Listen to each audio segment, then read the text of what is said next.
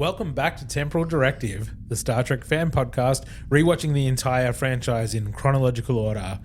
I'm Gary. And I'm Tom. And this week, we're watching Star Trek Enterprise's Dead Stop.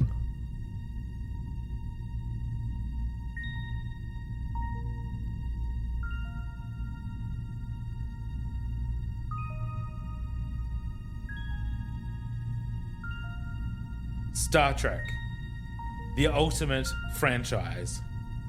These are the podcasts of the Wakefield brothers. Their 16-year mission to watch every production, to seek out life lessons and new inspirations, to boldly watch like most fans have watched before.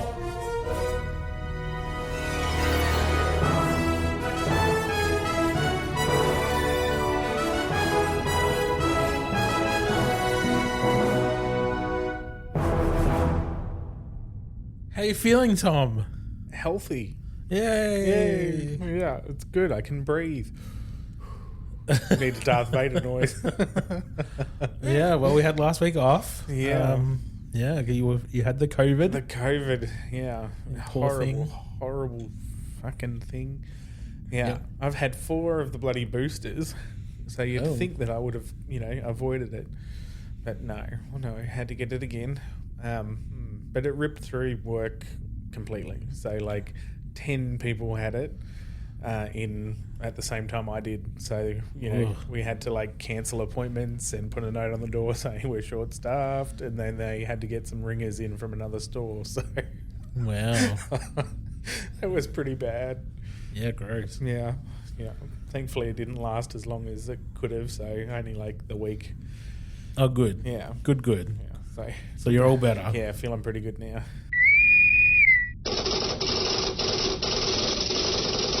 In Star Trek news, Starfleet Academy Season 1 has wrapped filming. It's not expected to go to air until 2026, though.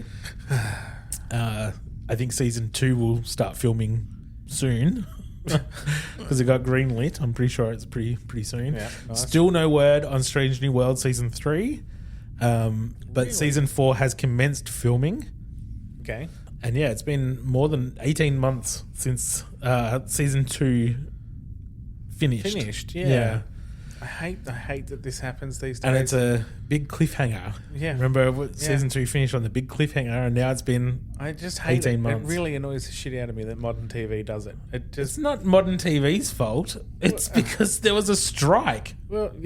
still. That's because they strike all the fucking time now. Well, that's because corporations are greedy. It's just annoying. Sorry, Paramount, not you. Yeah. Not you, Paramount, CBS, whoever owns you. We love you. We love you.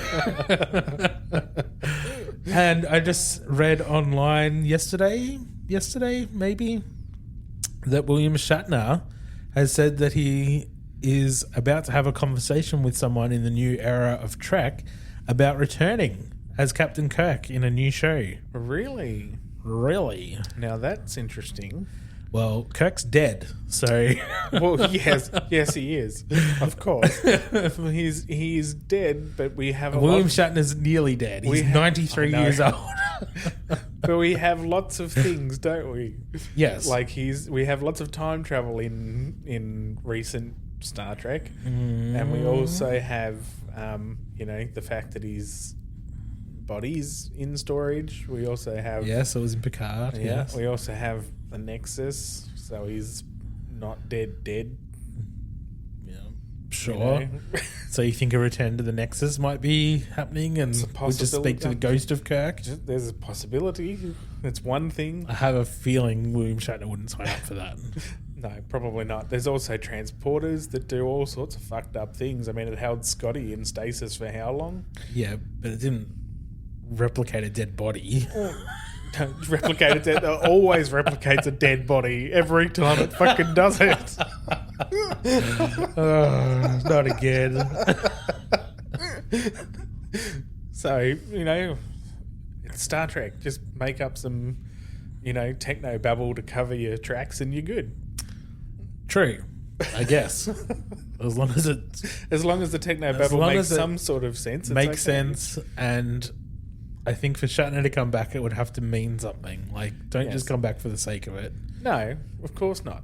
And I think even Shatner would agree with that too. Well, that's why he's never done a cameo or anything. He's been approached many times and he's always said no. So whatever they pitched him on the phone, must have been enough for him to say, hey, I got this thing this weekend.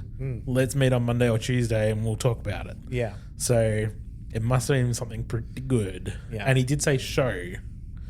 Yeah. So whether it's whether that actually means something, maybe it's a TV movie, maybe it's a new TV show, maybe it'll be a recurring role in Starfleet Academy in some capacity, even though that's the 32nd century and he's from the 23rd century.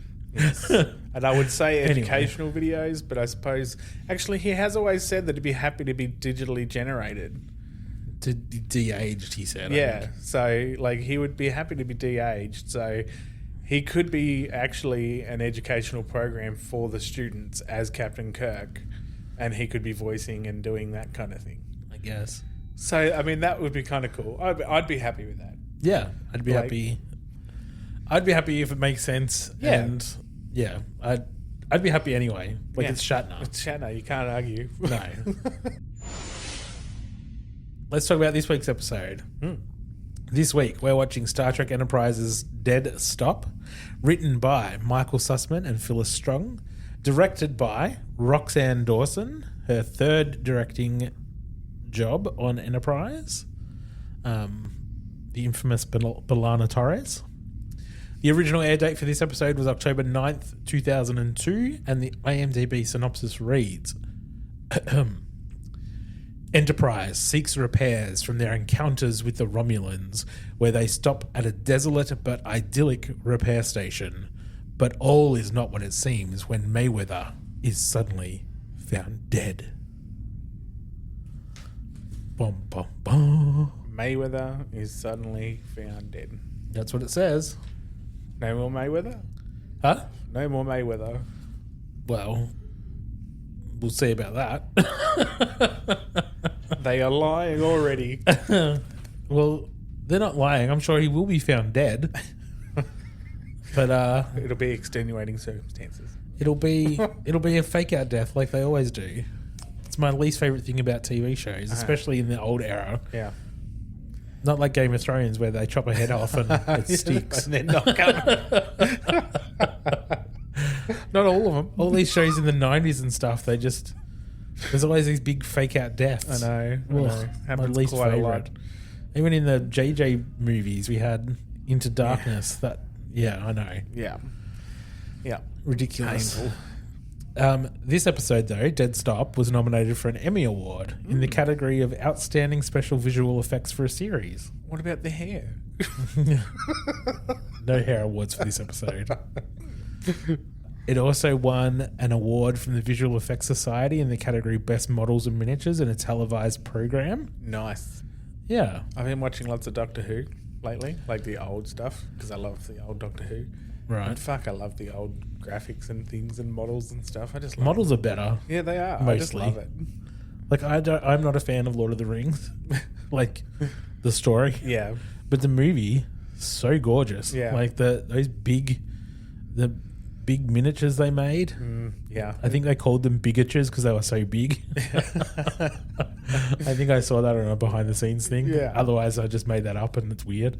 But they're so impressive. Like, they are. Classic filmmaking is so impressive. It is. And the CG stuff is impressive as well. Absolutely. But it's just a different skill. Yeah, it's a different skill and different feel when you're watching stuff too. Like, I agree. I really like that old style with the miniatures and different figures, and when you get that the real stuff on screen, I really like it. Yeah.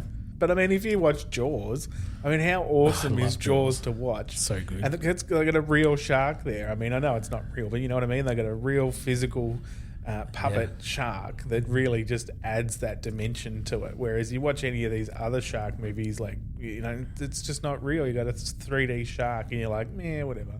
Yeah, I agree. Even Jurassic Park. Absolutely. Jurassic Park is more effective than Jurassic World. Yeah, completely. Because you've got the actual freaking dinosaurs coming at you. You got those. They feel tangible. Yeah, that's right. That raptor's coming at you. Yep. That's right. I'm running the fuck away. Even the CG in the old Jurassic Park holds up. Yeah, exactly. I don't know how come it's so good back then and then a bit And while shit we're talking later. about Jurassic Park, can we just go on a rant for a Yeah, second? of course we can. That's what we're here for. What is with these movies blending dinosaurs together? Like hybriding dinosaurs and genetically modifying dinosaurs. Yeah. Dinosaurs are cool anyway. Yeah. They don't need to be modified. No, that's exactly right. I agree. Absolutely, fully agree with that. I mean, Okay, good. a T-Rex coming at me is going to be scary the fuck enough. We don't need it. We don't need to extrapolate any more than that. Dinosaurs are cool Yep. and scary without having to hybrid them or fucking modify them. Yep. Absolutely. You're just taking away from the awesomeness of what actual dinosaurs were. Yeah. Yeah. Go with nature. It's fucking scary enough. Yeah. I say this because I watched the new trailer for the next Jurassic movie. I was like, Okay. again with the mutations? All right, let's go watch this week's episode. And we're back from watching Dead Stop. Well, Tom, what do you think? Dead Stop? I actually liked it. Oh my God. You liked another episode. Yeah, I thought it was actually quite... You hated last week's. Yeah. Well, yeah. Well, not surprised. But this one I actually didn't mind. Okay. Yeah, there was enough going on and it was interesting enough, like the actual storyline, and I don't know, there's just something about it that I really kind of enjoyed. Like the sort of mystery of it as well was kind of interesting, like who built the station, and I liked that Archer was a bit sort of like suspicious but couldn't really put his finger on it, and no one was answering him. Couldn't really say no either. Yeah, that's right, because he was sort of stuck, and it was good. It was just well done. Yeah. Yeah. I agree. I thought it was a good episode. Yeah. I think you just liked having B'Elanna Torres' voice. Well, that too. It was good. The Dreadnought voice. It was good. I was quite happy. You just Roxanne Dawson did not receive a credit for that. Yeah, okay. She got the credit for directing, obviously, but was uncredited, and her role was providing the voice for the station. Yeah, right. Yeah. All right, let's get into the episode then. Righto. We open on a shot of the Enterprise in damage mode. Yeah, a big hole in the side of it. Yes. So all the damage that it had received from the Romulan minefield in the week before is still around, and it's messy. And very unlike Star Trek to do it sometimes, isn't it? Sometimes it's like, we had this interaction and then the ship is just magically repaired by itself. They can't afford to damage the model for a shot and then reshoot it and then repair the model. True. I mean, the in-canon reason for the ships always being polished is that they have repair bots in Discovery. Yeah, but Discovery is the only one so that in ever between shows Enterprise us and Discovery, they create those repair bots, which obviously are still around in Voyager. You just never see them. Yeah, that's right. Like, all the way through Next Gen. All the way through Next Gen. DS9, Voyager. Yeah, repair bots and cleaning bots everywhere. Everywhere. Everywhere. You just don't see them. No. There's hundreds of them in each ship, but you've never seen them before. Never seen them. Yeah. Yep. Which I actually quite like. That was probably the first thing to get destroyed or damaged in the Year of Hell, I assume. Yeah, that's it, exactly. It was the bay where they're kept. Yeah. Just got totally blown out. Yeah, totally. Taken out. That's right. That's why they couldn't do anything through that whole year.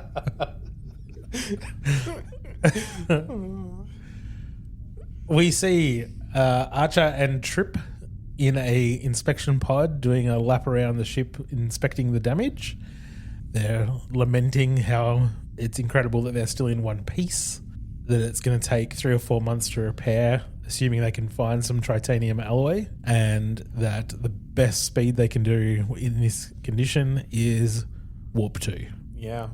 So Archer says, so we're a decade away from Jupiter Station. Yeah. Poor folks. Yeah, it's pretty bad. Janeway feels real bad for you. She's just like sipping her coffee going, what's your point? A decade. That must have been real hard. Yeah. Really and bad. you don't even know what the Borg are yet? Oh, you poor things. Archer decides to send out their first general distress call. Just saying they've got some minor damage that needs repairing. Not too much detail because I don't want to say, help, help, we're broken and we can't defend ourselves. So at least you had that common sense. Yeah. We skip the credits and we're in sick bay. Reed is having a bitch fit. A pitch fit because he's having what's the word I'm trying to think of? Physiotherapy. Thank you. It's painful, so he's having a whinge about it. And Phlox tells him to have a positive attitude, Lieutenant. That's it. Think positively. You'll improve quicker. There's a joke in there as well about Regulan bloodworms and how there's still one inside his leg and hasn't found its way out yet. Phlox said he'll come out eventually on his own. We cut to the ready room and Archer is there and the squeaking noise in the floor is back. Yeah, it comes back. I was like, ha. Yep. And then he gets a comm beep from T'Pol on the bridge. He says that they're receiving a response to the distress call. So we cut to the bridge. Archer arrives and she says it's a Tellarite freighter. And they try to have a communication, but they're just out of range. They're barely in range. So it's staticky and cuts off and whatever else. But they get a message that sounds like, head to this repair station, and they send coordinates. I guess, in theory, they're thinking the Tellarites have a repair station and they're sending them coordinates to it. That's the impression that we get. Yeah. T'Pol says that the Tellarites are not the most agreeable species, but usually trustworthy. So they head off. Yeah. And it says it's going to be 2.5 days away at Warp 2. So they set course and then they arrive. Yeah. Like pretty much instantaneously. Yep. They arrive at the repair station. Archer tries to hail the station and no one answers. There's no biosigns. They think maybe it's been abandoned. They're looking at where the docking berths are, but they realise that Enterprise wouldn't fit inside one of those berths. And T'Pol says that the atmosphere inside the station is a liquid helium. Yeah. And 270 degrees. Negative. Below zero. Yes. Yeah. And then suddenly there's a bright light. We've been probed, Captain. That was a biomolecular probe. And then one of the docking bays starts to open to fit Enterprise inside it. And the liquid helium is replaced by a warm oxygen-nitrogen atmosphere. How nice of them. So nice. Archer says they need to work on their hospitality. Well, what do they need to work on? That's great. Exactly. They've done everything they could. Configured their whole station for you. Yeah, that's right. They're literally rolling out the carpet. Uh-huh. But also, she did say that the Tellarites are not very agreeable, so they're just not interested in conversing. Yeah, that's right. They don't want to be like, they're just not very good at conversation. Exactly. So they're like, yeah, it's fine. You come on in, Bedler. They're not going to say it. Yep. I just opened the door. Enterprise heads towards the station, and these tubes extend to meet the docking ports as Enterprise stops inside the docking thing. Port, hole, whatever. Archer, Trip, and T'Pol walk through the Enterprise corridor on their way to the docking tube. Yes. And they leave Enterprise and are in this pristine white space station. There's flashing lights that are kind of leading them in the right direction, so they follow that. And then they go into the Apple store of the station.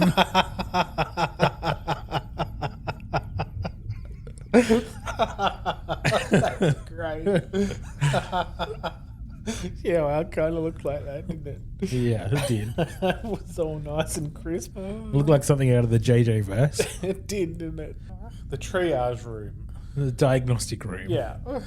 So they're in there, and there is a holographic representation of Enterprise in the middle of the room. it's got red marks everywhere where there's damage or scratches or whatever else. All over the wall and stuff, there was different screens and that with different crew members, different areas of the ship, all sorts of stuff. All in English. Yeah, all in English. Yeah, just showing different damaged areas, different crew members' statuses and all sorts of things. Including Malcolm Reed's injury in sick bay. Yep. And then B'Elanna comes on. Yeah. Yeah. The analysis of your vessel is complete. Select a method of compensation to begin the repair process. Yeah. Your inquiry was not recognized. Your inquiry was not recognized. I'm afraid you can't do that. Select a method of compensation to begin the repair process. Anyway, Archer's trying to talk. He wants to talk to someone. Yeah, and asking heaps of irrelevant questions, really. Yes. I mean, who am I speaking with? Does it sound like a person? Yeah, Dick? like, how dumb are you? Like, you can clearly see what's happening. Is there someone here I can speak with? No. Fuck off. Hit the damn button. Yep. I like how the computer's even scanned the ship, seen the items that it wants, and it's given him 3 options for compensation. Like, it's done all the work. It's done everything. Effective. Like, yeah. You know, this is a great station. It is. It's perfect. It's just well set up. Come on in. We'll fix you up, and this is what it's going to cost you. You've got three ways of paying. This is what it's going to cost you in inverted. Yeah, that's right. Yeah. This is whatever you think you're going to pay. Plus, we'll take one of your crew members. Yeah, that's a hidden charge. Yeah, that's right. Like everything, you don't find out about that until you get the bill at the end of the month. That's it. That's the statement. That's the fine print. But really, it might be worth it. Well, you wouldn't know either. Like, if he hadn't have given a shit and he just sat back in his own room listening to some music, he would have just been all good. And then his Mayweather would have been dead, and he would have went, "Oh shit, that was bad," because he was in the wrong area. And then they would have went about their business. Yep. Everyone would have been happy. This is what clearly has happened before with all those bodies. Hundreds of times. Everyone's like, "Oh, my ship's fixed." It cost me 1 crew member, but it didn't even cost me that. He was in the wrong place, being an idiot. Yeah, what a dick. Yeah. Anyway, we're really jumping ahead there. Sorry. They say it's going to take 34 hours for the station to repair the ship, and they agree to give 200 litres of warp plasma as their compensation. The station gives them a repair schedule and tells them that personnel need to vacate any areas that are being worked on. Yep. Then when you see these big arms coming out of the station, like these big mechanical arm things reaching out to sort of start the repairs around the broken part of the hull of the saucer section there. And Travis on the bridge calls to the captain to let him know that it's happening, and he's like, "It's all right, Travis. It's all right. Yeah. Don't worry about it, baby. Sit down." Calm yourself. We got it, baby. We got it. Then B'Elanna says that the recreation facility is now available to all personnel. Enjoy your visit. And they cut to commercial, and they come back, and Archer, Trip, and T'Pol are moving from the diagnostic room to the recreation area, where it's just another big white Apple store with big blue screen windows. Yep. There's a few tables and chairs, and you can see the Enterprise being fixed outside the window. They discover a replicator built into the tables, which is a great idea for a mess hall. Like, why wouldn't you do that? They should do that in the future. Yeah.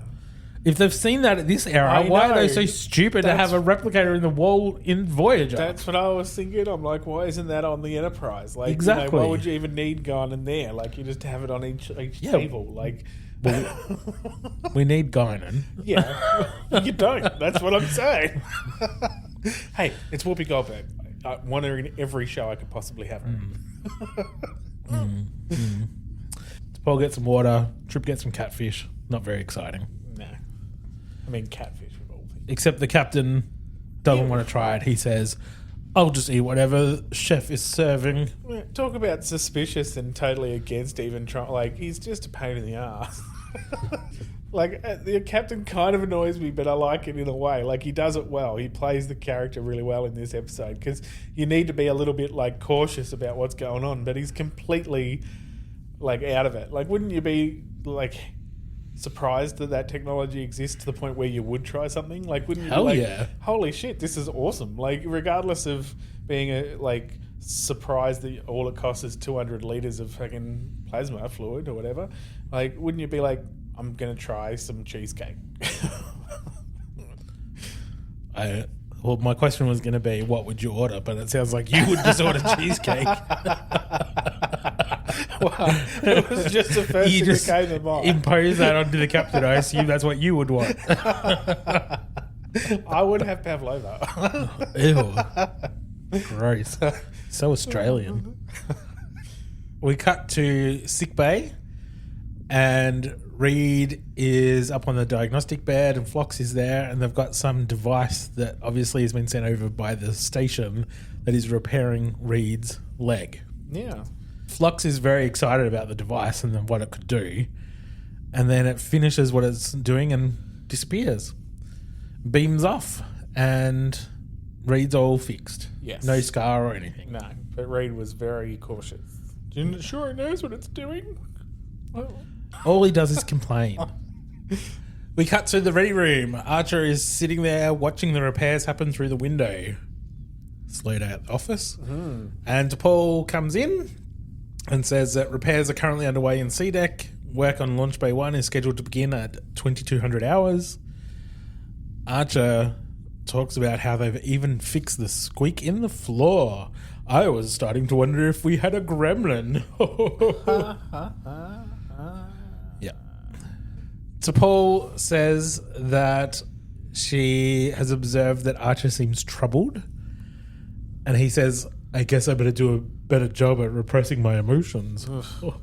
Sure. God, he's a fucking laugh right this week, isn't Yeah, he? he's great. He says that he thinks this is just really cheap. Like, it's a pretty big bargain. T'Pol says not every culture is based on the acquisition of wealth, which I thought Earth had moved away from as well, but Yeah. maybe not yet. Apparently Don't not. know. Doesn't really make sense to me, but there you go. And she says maybe the station's builders are simply happy to help people. Yeah. Good Samaritans. Yep. She doesn't say good Samaritans. I No. just said that. No, but like it makes sense, right? I mean, this station is pretty much set up exactly for that reason. But yes, he does say he is a little suspicious and that something doesn't smell right. We cut to the station in the recreation area. Most of the crew are there having a meal, glass of wine. Quite a few of them, right? But we're listening to Reed and Tucker talk. Why? I don't know, because fucking hell. Yeah. But anyway, Trip is interested in the computer specifics because it's so powerful, because it can do so many things. Oh, it's so amazing. So he wants to break into the Computer core. the computer core. Yeah. I was trying to think of the ventilation shaft. It's the words I was trying to think of. He wants to break into the ventilation system so that they can crawl through into the computer core. Yeah. Yeah. Because apparently the one on the Enterprise is 3 stories tall. Is that what he said? 3 decks. 3 decks, right? You'd think a computer that can do all this would have to be pretty big. Our computer's the most advanced in the fleet, and it's 3 decks high. Yeah. So it's fucking huge. 3 decks. Yeah. I wouldn't have thought it'd have to be that big. You wouldn't think so. But anyway. All right. They decided to break in and have a look Yeah. without getting permission. Or waiting until the repairs are mostly done. No. So if something goes wrong, they can fuck off. But Correct. Whatever. So they're in the station. Trip is on Reed's shoulders, and they remove a grate from the ceiling. Trip gets up and pulls Reed up into the shaft as well, and we cut to Travis in his quarters getting dressed, and there's a message over the comm from Archer saying, "Travis, it's the captain. Would you mind coming down to Launch Bay 1?" That's exactly how It was Captain identical. Archer I speaks. thought you got a sample from the show. See? I'm so good. And Travis says, "I thought that section was off limits, sir." That wasn't so good. And Archer says, "Not anymore. I could use a hand, ensign." And then we cut back to the ventilation shaft on the station. Trip and Reed are crawling through. Then an alarm goes off, and there's this iris that closes off in front of them so that they can't go any further, and then they get beamed to the bridge. Efficient security. I love it. Yeah, worked well. Again, don't know why that has been implemented in the future either. Yeah. Like, why wouldn't you have that? It'd just be automatic, wouldn't Yeah. it? Intruder alert, beam them straight to the fucking brig. Yeah, because it'd know exactly who's not meant to be there, so just fucking beam them away. Like, what the fuck? Oh dear. This episode has really highlighted some problems. That's it. We cut to Launch Bay 1, where Travis has been summoned by the captain, and he walks in and he calls out, Captain. Hello? Captain, my captain. Hello? Captain, can you hear me? And he sees an open section of the bulkhead that looks like it's been damaged, and there's electricity bubbling away. Bubbling away. Sorry, I just don't usually hear electricity bubbling. Sorry. What word would you like me to use there? Crackling? Crackling. Yeah, well, electricity crackles doesn't bubble. He approaches the bulkhead and just sort of stares at it. Yeah. Not really much. Doesn't do anything. Not really Doesn't much walk emotion or- in his face either. Just sort of just walks He's not in. worried about it. He's not scared at all. He's not Nothing. nothing. He just stares, looks at Nothing. it blankly, doesn't step back, doesn't do a damn thing. I'm like, Yep. I wasn't even like, what's going to happen here? I had no idea. I'm like, and then it cuts. Yep. Then it cuts away. And we cut to the ready room. Archer is there, not in Launch Bay 1. Yeah.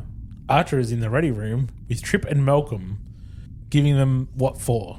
Yeah. It's, it's, Ripping into them for being shitheads. yeah. Yep. Saying you're senior officers, you should be setting an example. Yeah. Blah, blah, blah. He thought things were laxed already, and I agree with you now. 'cause- Well, yeah, Reed was saying in the last episode when he was stuck on the hull, wasn't he? Yeah. That discipline has been a little lax. Yep. So Archer restricts them both to quarters until further notice. Yep. Dismissed. That's Starfleet for get out. Yeah. That's it. Dismissed. Before they can leave, Archer asks if they saw anything interesting while they were there.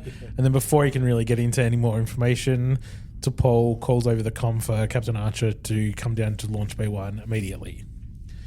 We cut to the launch bay and we see Archer coming in and he jogs over real quick. What happened? He's dead, Jim. He's dead, Captain. But yes, Travis's body is lying there. He's been burnt and he's dead. And Flock says that it's consistent with an isolytic shock, but I can't be certain until he performs a autopsy. That's the word I was looking for. Trip says it looks like he was trying to tap into the EPS grid, and then one of the relays must have overloaded. They talk about how he shouldn't have been there. Yeah, it's one of the working areas, and Yeah, Archer's confused. He's angry. He's real Yeah. angry. Yeah. Why would he be here? Who would he talk to? What's going on? I don't know anything. Who am I? But he was already suspicious, and now knowing that this was an area that no one was supposed to be in because it was being repaired, he says that he wants a security detail outside every section that's under repair from now on. yep, which is fair enough. Seems reasonable. Yep, and wants a full investigation on everything. Yep. Check the comms, check everything. Yep. Talk to Hoshi because he was having dinner with Hoshi before he died. Cut to the station diagnostic room. Archer comes in. He looks angry. He's got angry face on. He does. He's pissed. And he says, a member of my crew is dead. We don't know what happened. Your inquiry was not recognized. And so he yells at the computer for a bit, and she just says the same things she always says. Yeah, till he hits the screen. Then And- it's like, any damage to this? Any damage to these facilities will be charged to your vessel. Yeah. And then he stops because he's like, 200 litres is my max. That's it. Not 1 meter more. We cut to sickbay. Flox is about to start the autopsy, so he's talking into the recording, and Hoshi enters behind the curtain, and it's sort of transparent. He stops the recording, says, "What the fuck are you doing here?" Yeah, just like that. Just like that. She says, I want him to say goodbye. He tries to say maybe it's not a good idea, but she says, I've seen a body before, 15 of them on that alien ship. Yeah. Different. Yeah. But anyway, pulls back the curtain so that she can come over, and they have a bit of a moment. Well, she tells the story of whatever, gelatinous. Come down and talk to this Belly. gelatinous life form. The captain needs to You to talk to to it. communicate it. and it was strawberry jelly. Yeah. Like, I mean, that was a good little story, but I mean, you know. Yeah. Was it? Well, I mean, it was fine. But then Dr. Phlox notices something. Then we cut to Travis's quarters, and Archer and Reed are in there trying to figure out what's going on by searching his communications record. There was no record of any communications. Correct. No record of any communications. And they say that they're trying to find his parents, but cargo ships are hard to track down. Phlox calls over the comm for Archer to come down to sickbay. Immediately, Captain. And so he does. Phlox says that they gave everyone a vaccine the week before that we didn't see, or the month before, or however long it was, and that the vaccine was microbes that should still be alive in the blood system of everyone. So they had a little demonstration that they were still active in Archer, and that they were dead in Ensign Mayweather, and they should have been alive because they thrive on isoletic energy. Yeah. So they should have been alive before the shock, and the shock would have made them multiply, not die. So he determines that the body is a fake. It's a fake! We cut to the bridge. Archer arrives, and T'Pol says, I've located Ensign Mayweather's parents. He says, hold on. Just wait. He might still be alive. I say, what? I'm glad you're not directing these episodes. Archer asks Reed how far they got inside the station before they got transported back to the bridge. And he says that they were within 20 meters of the computer core when they tripped the sensors. And Archer asks if he could find a way to get through. And he says, yeah, I reckon. Yeah, Sure. And T'Pol says that the repairs will be done in 19 minutes, and then the station's expecting us to depart. He calls engineering and says to slow down on the prep for the payment. Yep. Don't be in such a hurry. Cut to the last of the big welding arm things moving away from the Enterprise because it's done. It's done its job. Yep. We see Trip pushing the trolley with 4 big plasma canisters into the diagnostic room. And he starts to act like a Karen. Yeah, he does, doesn't he? There's a couple of problems we need to discuss first. I need to speak to your manager. That's right. And the computer just says, please place your compensation on the transport platform. Girl, I'm going to speak to the manager. I ain't doing nothing till we get this sorted. We cut to the ventilation shaft. T'Pol, Archer, and Reed are up there. They're trying to figure out how to trick the system. So they send Reed ahead. That's what I'd do. Me too. He trips the alarm. He starts to get beamed off, and Archer and T'Pol are just scanning to see what happens. Yeah. So they figure that out. Now, he got very dirty during that transport. Yeah. Because he was completely clean. He was fine, and in the Then as soon as he landed on the bridge, he was filthy. I'm like, what happened in that transport? They shoot out the sensor things, and then they can't figure out how to open the door, the portal thing, iris. So it's Paul. He's trying to scan and press things, and then just gives up and shoots it. Yeah, trying to bypass. Fuck it. That's funny. This is intercut with Trip being a Karen with the computer in between all this sort of stuff. Yeah. But we see T'Pol and Archer in a more industrial part of the station. Yeah. It's no longer an ice store. It's more like... Red Dwarf. Or I was going to say it's more like where someone would take someone to kill them in an industrial part of town. Maybe I watched too many horror movies. I reckon.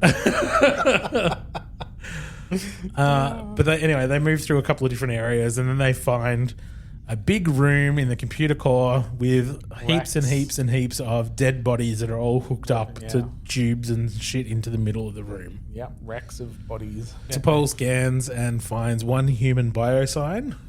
Surprising. Just says that they're alive, so they just look through all the bodies to try to find Travis. They find him. Archer jumps up and starts pulling tubes out of Just him. And rips there's them just out. liquid going everywhere. Yeah. And not even a No. medical scan to make sure that you're not going to do more damage. or Yeah, anything. that's right. Ridiculous. Rips it out of his arm and like what looks like blood goes everywhere. You're like, it's like Ridiculous. just straight out of an artery. Yep.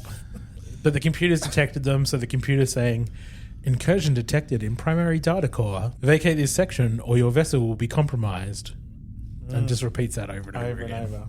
Trip's gone too. Trip's like, looks like you got your hands full. I'm just going to go now. Yep, run. As soon as it detects that they're in the computer core, Trip's out, the alarms start going. The station does move one of its arms to start to do some damage Yeah, and whatever. latches onto the ship. Yep. And yeah, it clamps on. They get Travis off the station and into the waiting arms of Dr. Phlox. T'Pol and Archer run up to the bridge. Archer says, I think it's time we deliver our payment. And then Reed uses a remote control to detonate the plasma containers on the station. Yeah. So it's a massive big explosion. And then they're like, that didn't do what we thought it would. It's not quite big enough. Yeah. And Archer says, it needs to reach 3,000 degrees, Malcolm. Be patient. Yeah. And then it happens, and then all these secondary explosions start blowing up throughout the station. Reed gets very excited by this. He has a big smile on his face because he's a fucking pyro. Yeah, and you'd think he would have been the one that knows that it needs to get You would think 3,000, so. seeing he's the actual armory officer. Like, but Exactly. whatever. But they get control of their ship again. They're still locked on, but they decide to shoot it with a torpedo. Reed says he wouldn't recommend using a torpedo at this distance, but they do, and nothing happens. No, like it just simply does what it's Just- supposed to. Wrecks the arm. It doesn't... No risk to the ship at all. Yeah. Yep, that's it. Anyway, so they ended up shooting 2 torpedoes and fly off. Yep. We cut to sickbay. Archer is checking in on Travis. Phlox explains that they were using all those bodies to enhance the processing power of the computer core. And T'Pol says it's because the cerebral cortex is the most sophisticated computer known to exist. Sure. Phlox makes a point of saying that all the other aliens that were there for too long. Their brains had already been permanently damaged, Yeah. which is convenient. Yeah, which they had to have said because when they were blowing it up, I'm like, You didn't there save was everyone else. Hundreds of other people on that you could have saved. And did you scan all Yeah, of those did people? you- that's or- it. You didn't scan them. You didn't give a crap. You went straight for the human and left. Exactly. Like, what racist. how fucking rude are you? Yep. Like, and then you blew it up. But Phlox covered it. Yeah. So, they're not bad people anymore. No, of course. Phlox says he can go back to work in another day. Archer tells him to come have breakfast with him Friday morning. Yeah, because he felt bad about not doing that earlier. Yeah. When he thought he was dead. But now that he's alive, he better do it. Exactly. And that's the episode. Yeah. Well, any additional thoughts now that we've talked through it? Not really. I think all in all, I think it's just a good episode. Like, it's a bit of a fun episode too, or something. Like, I don't know. I just enjoyed it. Like, Yeah. It was all together. Like, I would watch it again. Like, it's one I would go back to. Like, Yeah, it's a good one. yeah, it is. It's I agree. fun. Yeah. I agree. What's a life lesson in this one? Well, probably Don't trust a good Samaritan. Yeah, that's it. That's it. It's like, don't always trust something. If it's too good to be true, it probably is. Yeah. Yeah. Yeah. Okay. Well, that was an easy life lesson, wasn't it? That's it. Don't have to argue over that. All right. Well, let's talk about IMDb ratings then. Our examples of 1 episodes are Voyager's Threshold and Next Gen's Code of Honor. Examples of 10 episodes are Next Gen's Tapestry and Deep Space Nine's Far Beyond the Stars. With that in mind, what are we going to rate this one? Well, this is probably... What did we do for Dear Doctor? Because the one that we done that I gave a good score last. Dear Doctor was a 9. Yeah, so I think an 8's probably And good. Carbon Creek was a 9. Yeah, so I'd be putting it up there. So I'd be giving it an 8, I reckon. 8. Okay.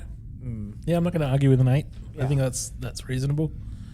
All right. Well, easy wrap up this week. Yeah, nice and easy. Yeah. All right. I guess that's it for this week then. That's it. You can find us on Facebook at Temporal Directive Podcast and on Instagram, just Temporal Directive. Or you can email us at wakefield_productions@outlook.com. We would love to hear your thoughts on this episode or anything Trek related, really. We just love talking about Star Trek, so please join in. We'll be back next week with the episode A Night in Sick Bay. That sounds good. Live long and prosper. Peace and long life.